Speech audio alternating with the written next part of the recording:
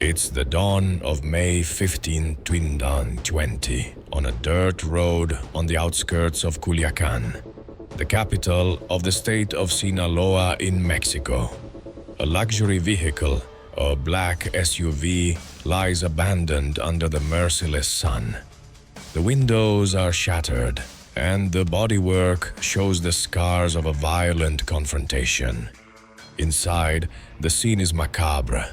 The bodies of 3 people, a man, his sister, and his brother-in-law, are wrapped in cloth and adhesive tape with clear signs of torture and multiple gunshot wounds.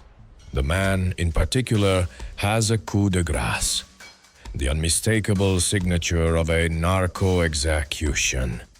Hours later, the man's identity is confirmed, and a shockwave rips through the criminal underworld on both sides of the border. He was no stranger.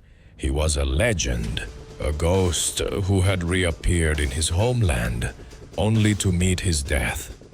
This was José Rodrigo Arequiga Gamboa, better known as El Chino Antrax, the once charismatic and bloodthirsty chief of sicarios for Ismael El Mayo Zambada, one of the supreme leaders of the Sinaloa Cartel. The man who had lived like a king, flaunting his opulence on social media to millions of followers, had died in the most brutal way, betrayed and executed, likely by the very organization he dedicated his life to. But who was this man really, hiding behind the luxury cars, diamond-encrusted watches, and a signature skull ring? Was he just a brutal assassin, another pawn in the cartel's bloody chess game? Or was he a media strategist, an innovator who redefined the image of the sicario for the digital age, creating a personality cult that would inspire a new generation of criminals? Join me as we delve into the origins of the man whose vanity and violence made him one of the most notorious and enigmatic figures in the recent history of drug trafficking. If you're passionate about the stories that power tried to hide, subscribe. What's coming is even darker. The story of José Rodrigo Arequiga Gamboa begins on November 25, 1980, in Culiacan, Sinaloa, the epicenter of drug trafficking in Mexico. Unlike many of the great capos who emerged from extreme poverty, El Chino's childhood was not marked by destitution. He grew up in a middle-class family in the Miguel Aleman neighborhood, a working-class but not impoverished area. His father was a physical education teacher and his mother a homemaker, an environment that, in theory, offered him a path away from crime. From a young age, however, Arequiga showed an affinity for dangerous company and high-caliber friendships. His destiny was sealed by the bonds he forged in his childhood and adolescence. On the streets and in the schools of Culiacan, he became close friends with the sons of Ismael El Mayo Zambada, one of the most powerful and discreet drug lords in the world. In particular, he developed an almost brotherly friendship with Vicente Zambada Niebla, El Vicentillo, the apparent heir to his father's empire. This friendship wasn't just a youthful bond. It was his ticket into the most intimate and powerful circle of the Sinaloa Cartel. While other young men his age aspired to conventional careers, Arequiga saw the world of drug trafficking as a fast track to the power, wealth, and respect he craved. He didn't have the lineage of a capo, but he possessed other qualities that would be invaluable to the organization. Unwavering loyalty to the Zambada family and a natural disposition for violence. Culiacan in the 80s and 90s was a hotbed of narco culture. Corridos glorifying traffickers played on every radio, and luxury SUVs with tinted windows were a symbol of status and power. Growing up in this environment normalized the criminal life, presenting it as an attractive, almost heroic option for ambitious young men. Arechiga Gamboa didn't take long to abandon a conventional life. It's said he studied architecture for a time, but his true calling was in the streets. He began his criminal career on the lowest rungs, like many others, likely involved in petty theft and gang activity. However, his connection with El Vicentillo opened the doors to a higher level.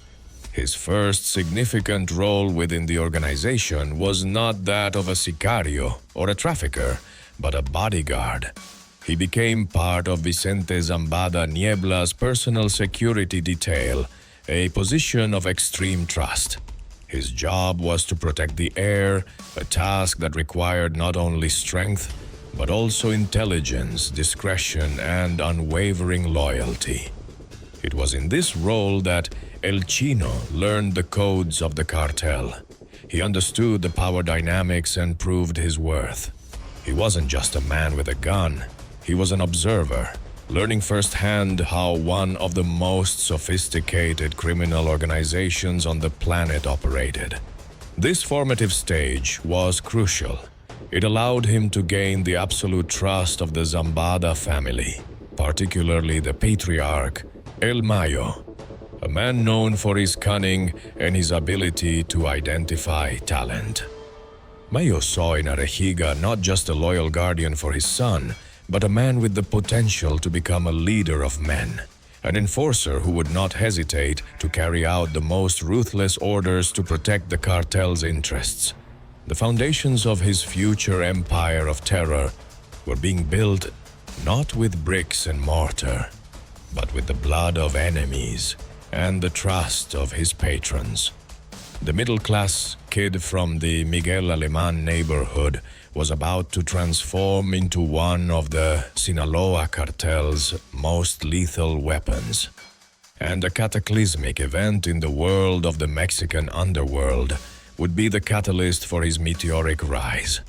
The Sinaloa Cartel, for much of its existence, was not a monolithic structure, but a federation of clans and factions that collaborated under a single banner. The organization was led by a triumvirate of legendary figures: Joaquin El Chapo Guzman, Ismael El Mayo Zambada, and the Beltran Leiva brothers.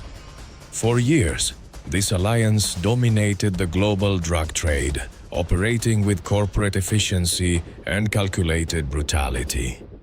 However, in the world of crime, alliances are as fragile as glass. The breaking point, the event that would redraw the map of drug trafficking in Mexico and catapult El Chino Antrax from obscurity to infamy, occurred in January 2008. That month, Alfredo Beltran Leiva, known as El Mochomo, one of the brothers and a key piece of the Federation, was arrested in Culiacan in a surprise operation by the Mexican army. The capture of such a high-level figure was a devastating blow to the organization. Arturo Beltran Leiva, El Barbas, the temperamental and violent leader of the clan, immediately suspected betrayal. He was convinced that someone within the Federation had handed his brother over to the authorities. His suspicions fell on Joaquin El Chapo Guzman. Rumors spread that El Chapo, in an attempt to consolidate his own power and possibly in a secret deal with the government, had sacrificed El Mochomo. The truth of this accusation has never been proven, but in the paranoid world of drug trafficking, perception is reality. Arturo Beltran Leiva's reaction was immediate and savage. He declared all-out war on his former partners, El Chapo Guzman and Ismael El Mayo Zambada. The Sinaloa Federation fractured in one of the bloodiest wars in the history of organized crime. Culiacan, which had lived under a relative, Pax Narca, became a battlefield. Executions, kidnappings, and broad daylight shootouts became daily occurrences. Loyalty became the most valuable commodity, and betrayal was paid for with death. In this new and chaotic reality, the power structure of the Sinaloa Cartel needed to adapt to survive. The war was no longer just against the government or distant rival cartels. It was a civil war, a fight to the death against former friends who knew all their secrets, their route, and their hiding places. El Mayo Zambada, a consummate strategist, understood that he needed a new force, an armed wing that was more than just a group of gunmen. He needed an elite unit loyal solely to him, capable of carrying out high-impact operations, protecting his territories, and, most importantly, hunting down and exterminating the traitors. The task of creating and leading this new force fell to the man who had proven his loyalty and his capacity for violence, José Rodrigo Arequiga Gamboa. El Chino received a direct order from El Mayo to form a personal death squad, his Praetorian Guard. This was the birth of Los Ántrax. The name itself was a statement of intent. Anthrax is a lethal, invisible, and fast-acting bacteria, one of the most feared biological weapons. By adopting this name, Arequiga was sending a clear message to his enemies.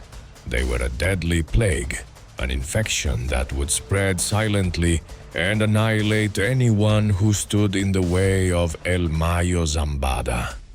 El Chino Anthrax was no longer the bodyguard of El Vicentillo.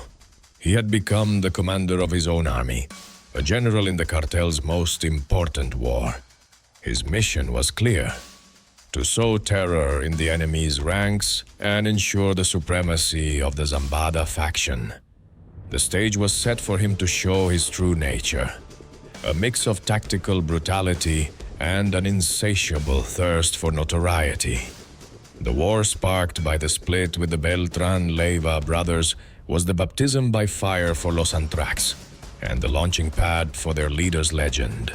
The violence that gripped Sinaloa and other parts of Mexico was of an unprecedented scale and cruelty.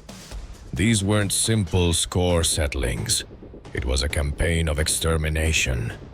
El Chino Anthrax, at the head of his newly formed squad, dove headfirst into this conflict, quickly proving he was the perfect man for the job. His rise was not due to chance, but to a lethal combination of tactical intelligence, boundless cruelty, and an innate understanding of psychological warfare. Under his command, Los Ántrax didn't operate like a conventional group of sicarios. They adopted near-military tactics and discipline. They were heavily armed, often with equipment superior to that of the local police, including assault rifles, grenade launchers, and armored vehicles. They moved in convoys, carried out coordinated ambushes, and conducted high-profile assassinations with chilling precision. Their main task was counterinsurgency within the criminal world, identifying and eliminating the operators, sicarios, and collaborators of the Beltran-Leiva organization who remained in Sinaloa territory. One of the first and most notorious actions attributed to them was the assassination of several police officers who were said to be on the Beltran-Leiva payroll. These murders were not discreet. They were public spectacles designed to instill fear. The bodies were left in visible places, often with narco messages, warning others about the consequences of betrayal. El Chino Anthrax understood that in this war, terror was a weapon as powerful as bullets.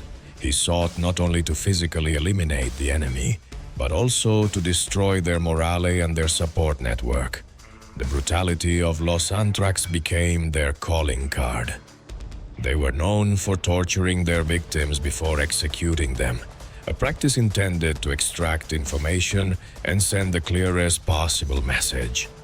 The war extended beyond Sinaloa, reaching other disputed territories like Baja California, Sur, and Sonora. El Chino Anthrax and his men traveled wherever El Mayo needed them, acting as a rapid reaction force to quell rebellions and eliminate threats. An episode that cemented his reputation was the intense fight for control of the city of La Paz in Baja California Sur. The Plaza territory was a strategic point for drug shipments, and the Beltran Leyva organization tried to seize it from Sinaloa. Los Ántrax were deployed, and the city plunged into a wave of violence. Armed clashes were reported in tourist areas, executions took place in broad daylight, and homicides skyrocketed. Arechiga Gamboa didn't just direct operations from the shadows. It said he actively participated in the fighting, earning the respect of his men and the fear of his enemies. He forged the image of a leader who wouldn't ask his subordinates to do anything he wasn't willing to do himself. This willingness to get his hands dirty distinguished him from other Sicario leaders. His reputation grew exponentially within the Sinaloa Cartel. He became El Mayo's go-to man for the most dangerous and delicate missions. His loyalty, proven on the battlefield, was absolute. While El Chapo Guzman had his own security circle, El Chino Antrax and his army were Ismael Zambada's sword and shield. This division of responsibilities reflected the cartel's two-headed structure at the time. The war against the Beltran Leyva organization lasted for years and left thousands dead. Although the Sinaloa Cartel ultimately prevailed, consolidating its control over its core territories, the cost was enormous. The Beltran Leyva organization was decimated, with its leader, Arturo, killed by the Mexican Navy in December 2009. However, the violence did not stop. The conflict fragmented the criminal world and gave rise to new groups and alliances. For El Chino Antrax, the war was a personal victory. He had completed his mission with terrifying efficiency. He had protected his boss's empire and, in the process, had become one of the most powerful and feared figures in the underworld. But victory on the battlefield was not enough for his ego. As he consolidated his power through violence, he began to cultivate a new facet of his identity, one that would lead him to a completely different kind of fame and, ultimately, to his downfall.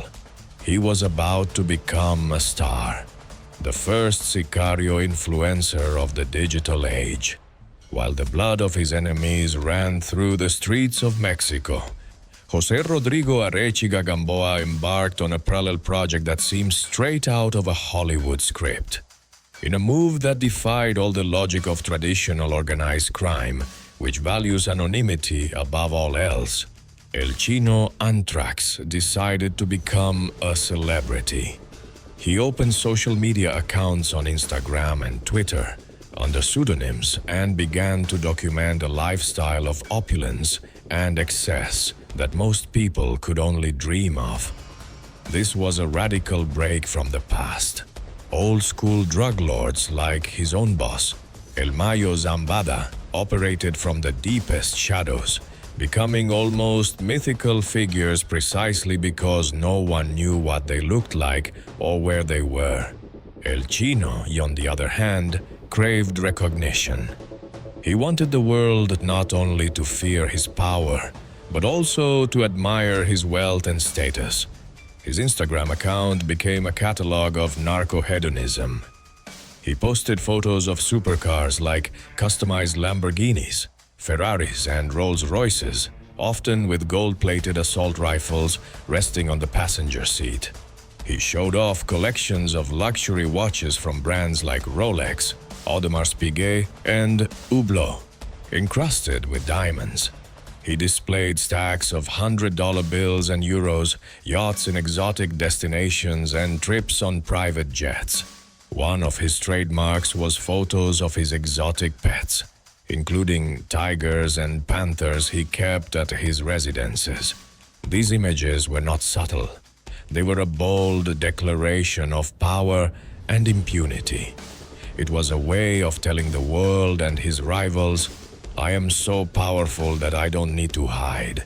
I can show you everything I have, and you can't do anything to me.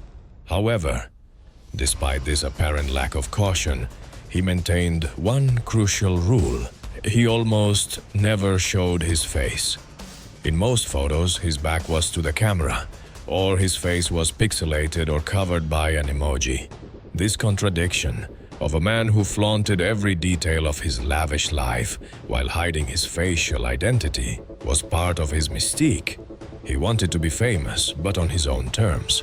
The one piece of identification he proudly displayed was his diamond-encrusted skull ring. This ring became his logo, his signature. When people saw that ring in a photo, they knew they were looking at the world through the eyes of El Chino Antrax. This media strategy was incredibly effective. He quickly amassed hundreds of thousands of followers. Disenchanted youth in Mexico and other parts of the world saw him as an idol, a modern-day Robin Hood who had beaten the system and was now living the dream. He became an inspiration for a new generation of narco aspirants who no longer just wanted money and power, but also the fame and online adoration that he projected. His posts were often accompanied by cryptic messages or lines from corridos, reinforcing his image as a folkloric figure. He rubbed shoulders with celebrities, as evidenced by a famous photo where he appeared next to Paris Hilton, although she likely had no idea who he was. This exposure also served a psychological warfare function.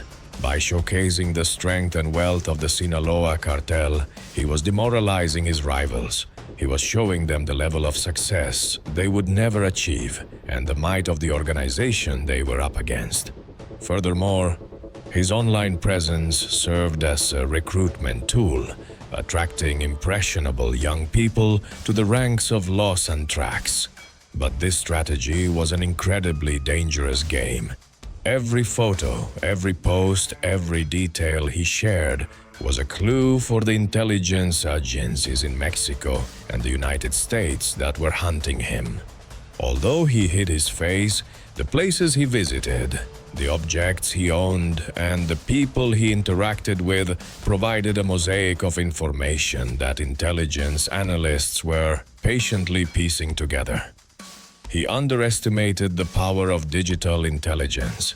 He believed his facial anonymity was enough to protect him, not realizing that in the 21st century, a person's digital trail can be as telling as a fingerprint. The very platform he used to build his legend was becoming the tool his enemies would use to destroy him. Behind every fortune, there is a story no one dares to tell. You already know where to find it. Subscribe for more. His ego and his need for validation were blinding him to the imminent danger. The sicario who thought he was a rock star was unknowingly writing the script for his own downfall, publishing it for the whole world to see. The fame and notoriety that El Chino Antrax cultivated on social media did not diminish his role as one of the Sinaloa Cartel's top enforcers. In fact, as his legend grew, so did his responsibilities and the scope of his violent operations.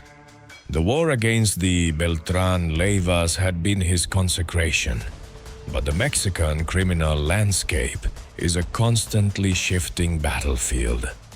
New enemies emerged, and old conflicts were rekindled.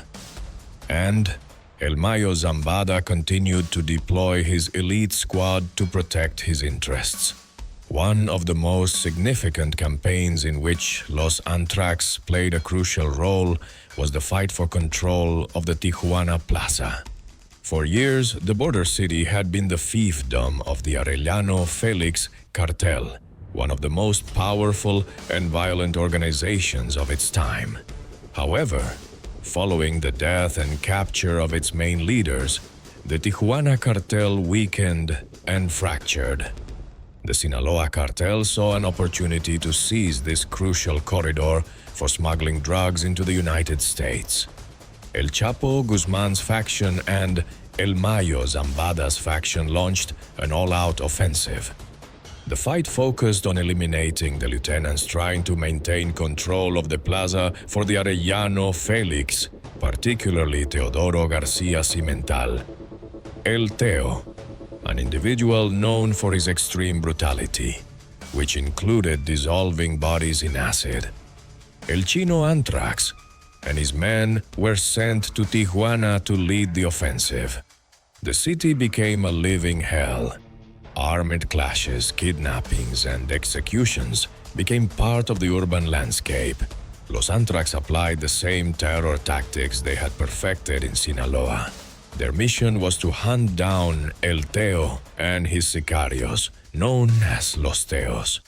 The violence escalated to terrifying levels, with bodies hung from bridges and decapitations.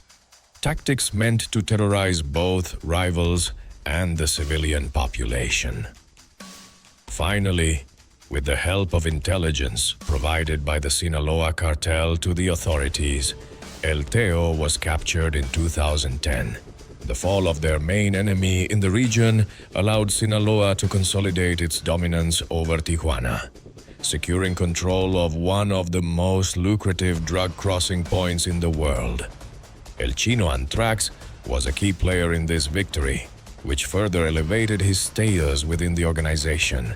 He had become El Mayo's problem solver, the general who could win the dirtiest wars. However, as his power grew, so did the attention of U.S. authorities. The DEA, Drug Enforcement Administration, and other intelligence agencies began to see him not just as a sicario, but as a key player in the cartel's command structure, responsible for logistics, security, and the trafficking of tons of narcotics. An event that highlighted the dangerous world in which he and his inner circle lived was the capture of Serafin Zambada Ortiz, one of El Mayo's younger sons, in November 2013. Serafin, like El Chino, was an avid social media user, where he also flaunted weapons, money, and exotic animals. He was arrested while trying to cross the border in Nogales, Arizona. His capture was a blow to the Zambada family and a warning sign for Arechiga. It showed that ostentation on social media, while appealing, had a very real cost. It made cartel members visible and vulnerable. Despite this warning, El Chino did not change his lifestyle. He continued to travel the world, attending high-profile events like boxing matches in Las Vegas and parties in Dubai. He believed his aliases, his ability to move around, and the cartel's protection made him untouchable. He didn't realize that every move was being monitored. Intelligence agencies were not only following his online posts, they were building a solid case against him, using informants, wiretaps, and global surveillance. In September 2013, a federal grand jury in San Diego, California, issued a sealed indictment against him. The charges were serious: conspiracy to import tons of cocaine and marijuana into the United States. The indictment named him as a high-ranking leader within the Sinaloa Cartel, responsible for providing security for drug shipments and carrying out acts of violence to further the cartel's interests. With the indictment in hand, U.S. authorities issued an international arrest warrant. The hunt had shifted from passive surveillance to active pursuit. The world of El Chino Anthrax, which had seemed borderless, was rapidly shrinking. His luxurious lifestyle, which he had so meticulously documented, was about to come to an abrupt and humiliating end. The man who thought he was a king was about to discover that even kings can be overthrown and chained. The arrogance and sense of invincibility that defined El Chino Anthrax led him to make his final and fatal mistake. In late December 2013, despite being one of the most wanted men by the United States, he decided to take a flight from Mexico City to Amsterdam. He was traveling under the false identity of Norberto Siqueiros Garcia, with a passport he believed would protect him. His final destination was likely a New Year's Eve party haven, another stage for his displays of wealth. However, U.S. intelligence agencies, in collaboration with Dutch authorities, had tracked his travel plans. They knew he would be on that KLM flight. On December 30th, 2013, as soon as the plane landed at Amsterdam's Schiphol airport, Dutch police boarded the aircraft and arrested him without a fight. The capture of a figure of his level, so far from his home turf, was a top-tier intelligence operation and a massive blow to the Sinaloa Cartel. News of his arrest spread quickly. The first photos that circulated showed him with a swollen, bewildered face, a far cry from the glamorous playboy he projected on his social media. Reality had caught up with him. The diamond skull ring was no longer a symbol of power, but evidence linking him to a life of crime. The United States immediately requested his extradition to face charges in San Diego. El Chino and his lawyers fought the extradition for months from a Dutch prison. They argued that the charges were politically motivated and that he would not receive a fair trial. However, the evidence against him was overwhelming. Finally, in July 2014, after more than 6 months of legal battles, he was extradited to the United States. His arrival in San Diego was a media spectacle. He was escorted by federal agents, dressed in a prison uniform, the living image of the fall of a personal empire. He was brought before a federal court where he pleaded not guilty to the charges of large-scale drug trafficking. He faced a possible life sentence in a maximum security federal prison, a fate that terrifies even the most hardened criminals. The prospect of spending the rest of his life in a concrete cell, far from his luxury, his family, and his power, was a devastating reality check. El Chino Antrax, the man who had built his reputation on loyalty and violence, found himself at a crossroads. He could maintain his loyalty to the cartel, cling to the code of silence, and spend the rest of his days in prison. Or he could do the unthinkable, betray his former bosses in exchange for a reduced sentence. For months, he remained in a high-security jail in San Diego as his case moved forward. The federal prosecution presented a mountain of evidence against him, including testimony from other drug traffickers who had already become protected witnesses, financial records, and likely the digital evidence gathered from his own social media activity. Cornered and with no way out, Arechiga Gamboa made the decision that would seal his final fate. In May 2015, he changed his plea to guilty on charges of conspiracy to traffic drugs. His guilty plea was not a simple act of surrender. It was part of a cooperation agreement with the United States government. El Chino Antrax, El Mayo Zambada's most loyal sicario, the founder of Los Ántrax, had become an informant. This act of betrayal was the cardinal sin in the world of drug trafficking. By agreeing to cooperate, he was signing his own death warrant. The cartel does not forgive snitches. He, better than anyone, knew the punishment. In exchange for his cooperation, he agreed to forfeit $50 million in illicit profits and to provide vital information on the structure, operations, and leaders of the Sinaloa Cartel. For U.S. authorities, his cooperation was a gold mine. They had in their hands a member of El Mayo Zambada's innermost circle, a man who knew secrets that could dismantle significant parts of the organization. For the Sinaloa Cartel, he had become their most dangerous enemy. The man who was once their fiercest sword was now pointing it directly at their heart. The game had changed drastically. El Chino was no longer fighting for his freedom, but for his survival, in a new kind of war, where his only allies were his former captors. After pleading guilty and agreeing to cooperate with the U.S. government, the life of José Rodrigo Arechiga Gamboa entered a phase of limbo and secrecy. He spent the next few years in federal custody, likely in various prisons and safe houses, while being extensively debriefed by agents from the DEA, FBI, and federal prosecutors. The value of El Chino Antrax as an informant was immense.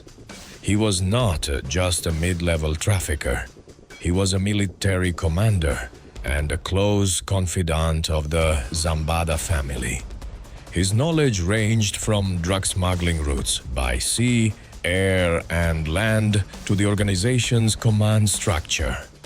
He could identify key operators, logistics managers, money launderers, and the corrupt officials who protected the cartel in Mexico. He provided details on how the cartel moved tons of cocaine from Colombia through Mexico and distributed it in cities across the United States. He described the violent wars he waged on behalf of El Mayo Zambada, offering an insider's view of the strategies and alliances that defined the conflict. His testimony was crucial in building cases against other high-ranking members of the Sinaloa Cartel, and in understanding the internal dynamics of the world's most powerful criminal organization. While he was secretly cooperating, his legend on the outside continued to grow. But now it was stained by the mark of betrayal. In the corridos and in narco culture, his name changed from a symbol of power to a synonym for snitch. The respect he once commanded turned into contempt. The cartel, with its vast intelligence network, was undoubtedly aware of his cooperation. The death sentence hanging over his head had no expiration date. After nearly 5 years of cooperation, his sentencing day finally arrived. In December 2019, a federal judge in San Diego sentenced him to 7 years and 3 months in prison. Considering the severity of his crimes, which normally would have carried a life sentence, the sentence was extraordinarily light. It reflected the high value the prosecution placed on his cooperation. By that time, he had already served most of his sentence while in custody, so his release was imminent. On March 3, 2020, El Chino Antrax was released from the maximum security federal prison, where he was being held and was placed on supervised release. However, he was not a free man in the traditional sense. His release was subject to strict conditions. He had to remain in San Diego County for the next 5 years, could have no contact with members of the criminal world, and had to be constantly monitored via an electronic ankle bracelet. He was provided with a new identity and was expected to live an anonymous life under the radar, like a ghost. He went from being a multimillionaire living in opulence to a man living in a modest house, reporting regularly to his probation officer. The contrast was brutal. The man who once commanded an army of sicarios and spent fortunes on luxuries now had to ask for permission to leave his district. For someone with his ego and a custom lifestyle, this existence must have been a form of psychological torture. The protection offered by the US government was not a guarantee of safety, especially if he made a reckless decision. And El Chino Antrax was about to make the most reckless one of all. On May 9, 2020, just over 2 months after his release, his probation officer went to his home for a routine visit and found it empty. Arechiga Gamboa had gotten rid of his cell phone and had cut off his ankle monitor, leaving only the device behind. He had vanished. He had become a fugitive not only from the US justice system, but also from his former partners. The news of his escape baffled authorities. Why would a man who had secured such a favorable sentence and was one step away from starting a new, albeit restricted, life risk it all? The theories are varied. Perhaps he couldn't stand the life of an ordinary citizen and longed for the excitement and power of his past. Perhaps he felt paranoid and believed the cartel would find him even in San Diego.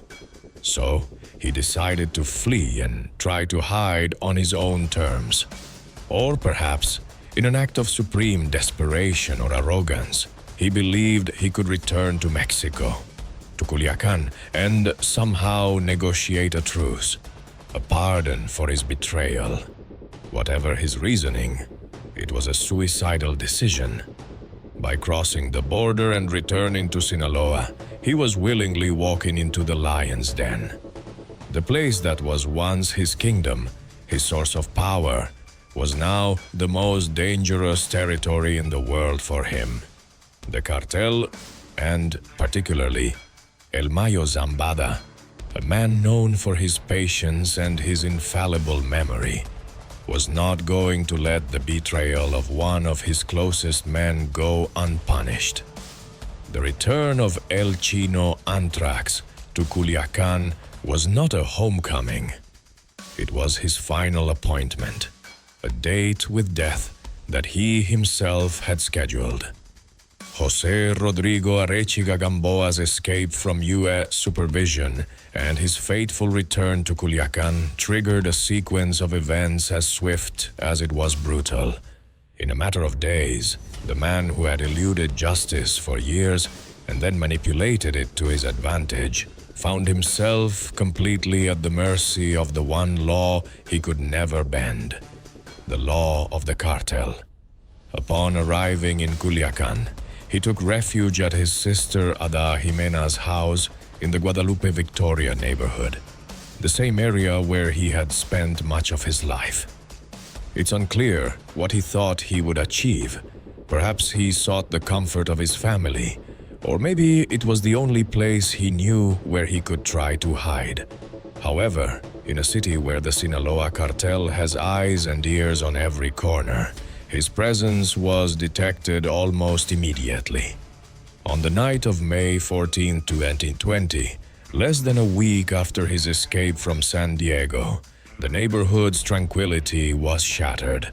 A team of heavily armed sicarios, moving with the precision of a special forces unit, stormed the house. An intense shootout erupted. El Chino, despite being outnumbered and outgunned, tried to fight back, but the resistance was futile. The commando subdued him, his sister Ada Jimena, and her husband, Juan Garcia. All three were kidnapped and forced into several vehicles. The abduction was a message in itself.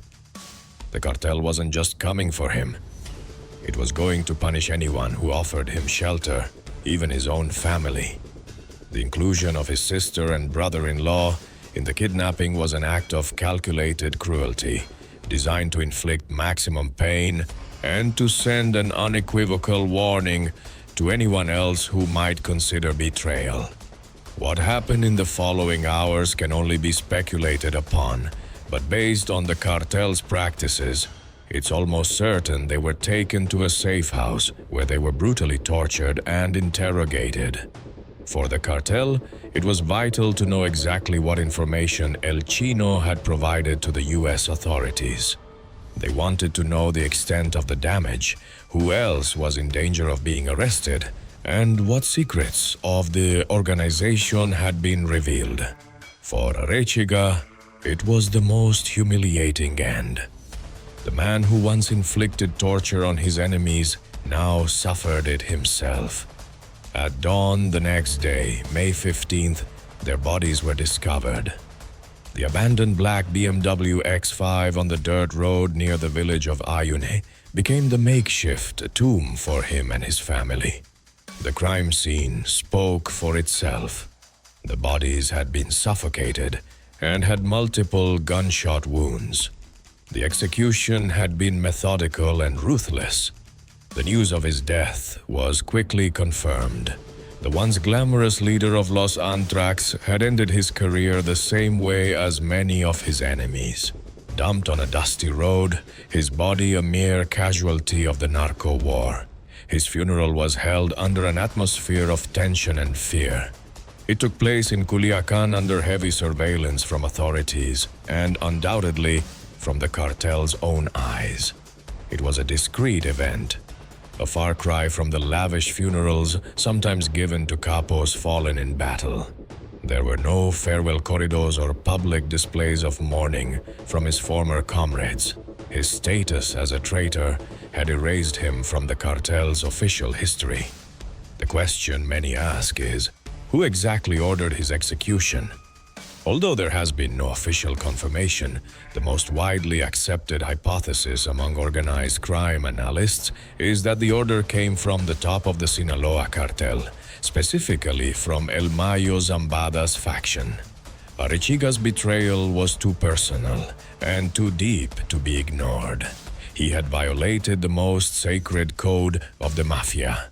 Others suggest it could have been Los Chapitos, the sons of El Chapo Guzman, who at the time were fighting to consolidate their power within the cartel and wanted to demonstrate their authority by eliminating a high-profile traitor. Regardless of who gave the final order, the message was unanimous and resonated throughout the criminal world. Betrayal is paid for with your life, and there is nowhere on earth the traitor can hide. The death of El Chino Antrax was the bloody epilogue to a life defined by extremes, from absolute loyalty to ultimate betrayal, from unimaginable wealth to an undignified death. The sicario who wanted to be a star had finally burned out, leaving behind a complex legacy and a grim warning about the inescapable nature of violence in the world of drug trafficking. The legacy of José Rodrigo Arechiga Gamboa is as contradictory and complex as his own life. On one hand, he was a ruthless assassin, responsible for an untold number of deaths, tortures, and the spread of a wave of violence that terrorized entire regions of Mexico. He was a faithful soldier of one of the world's largest criminal empires, an enforcer who carried out his role with brutal efficiency, consolidating the power of his bosses and eliminating their rivals without mercy. From this perspective, his legacy is simply that of one more criminal, a cog in the vast machinery of death and misery that is drug trafficking. His story is one of the many tragedies of a war that has consumed Mexico, a tale of talent and ambition wasted in the service of evil. However, to reduce him to that would be to ignore the unique impact he had on the culture and image of the organized crime in the 21st century. El Chino Antrax didn't invent narco culture, but he took it to a new level, globalized it, and adapted it for the social media age.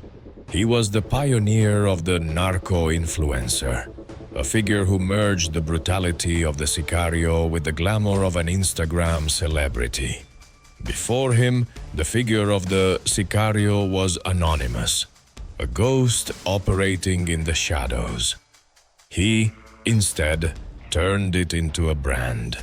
He created an aesthetic, an aspirational lifestyle for thousands of young people who saw in him not a murderer, but an icon of success and power. His most enduring legacy is this transformation of the criminal's image. He showed that in the digital age, fame and notoriety could be tools of power as effective as an assault rifle. He used social media to recruit, to intimidate, and to build a mythology around himself and Los Ántrax.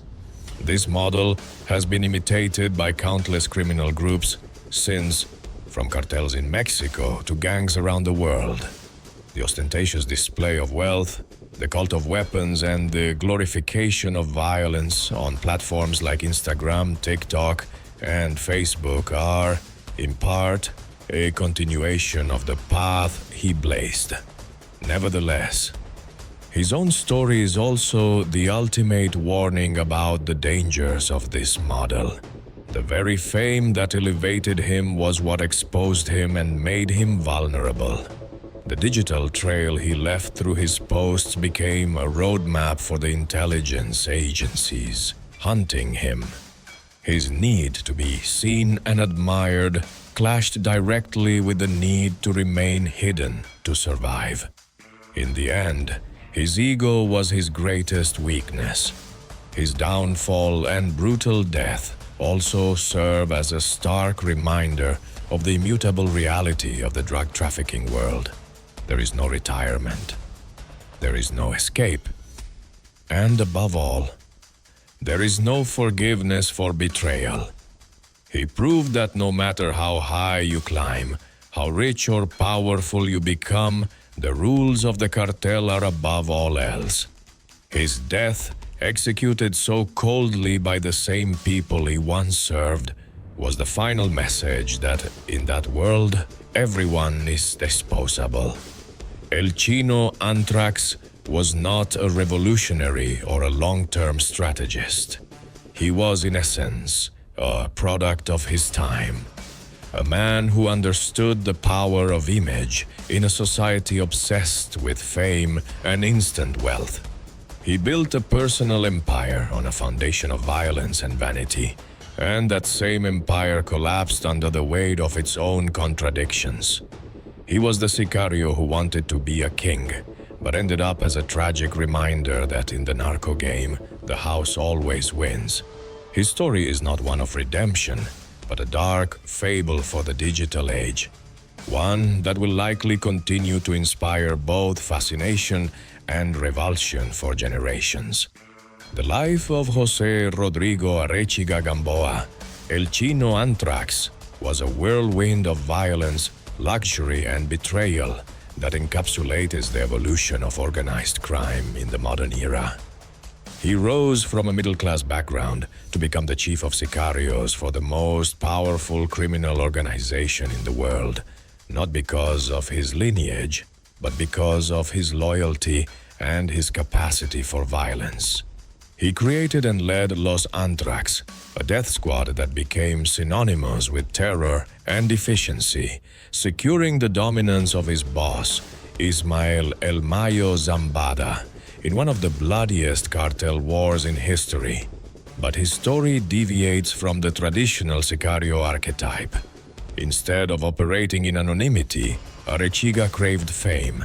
He became a social media phenomenon, a narco-influencer who flaunted a lifestyle of extreme opulence, inspiring a new generation of criminals and redefining the public image of the drug trafficker.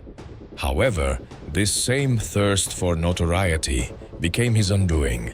The digital footprint he left with every photo of a luxury car or a diamond watch was a trail that intelligence agencies patiently followed to his capture in Amsterdam. Cornered by the US justice system and facing a life behind bars, he made the decision that would define him forever. He betrayed the cartel and became an informant. This act broke the code of silence he had sworn to protect, and while it bought him a reduced sentence, it signed his death warrant. His escape from supervised release and his inexplicable return to Culiacan was his final act of arrogance, a fatal gamble that he lost in a matter of days. His execution, alongside members of his family, was a brutal and definitive message from the cartel. Betrayal is an unforgivable sin. So, after this journey through his life and actions, only one final question remains. Was El Chino Ántrax a visionary who transformed the image of organized crime for the 21st century? A strategist who understood the power of personal branding even in the underworld? Or was he simply a vain sicario whose ego led him to make fatal mistakes? A glorified pawn who overestimated his own value and paid the ultimate price for his arrogance. Thank you for making it this far. Behind every fortune, there is a story no one dares to tell. You already know where to find it. Subscribe for more. We hope this journey through the life and legacy of El Chino Antrax has offered you a clearer perspective on the complex realities of the modern drug trafficking world. If you've been captivated by this analysis and want to continue exploring the figures and events that have shaped the world, we invite you to subscribe to the channel so you don't miss our upcoming stories. If you're passionate about the stories that power tried to hide, subscribe. What's coming is even darker. See you in the next one.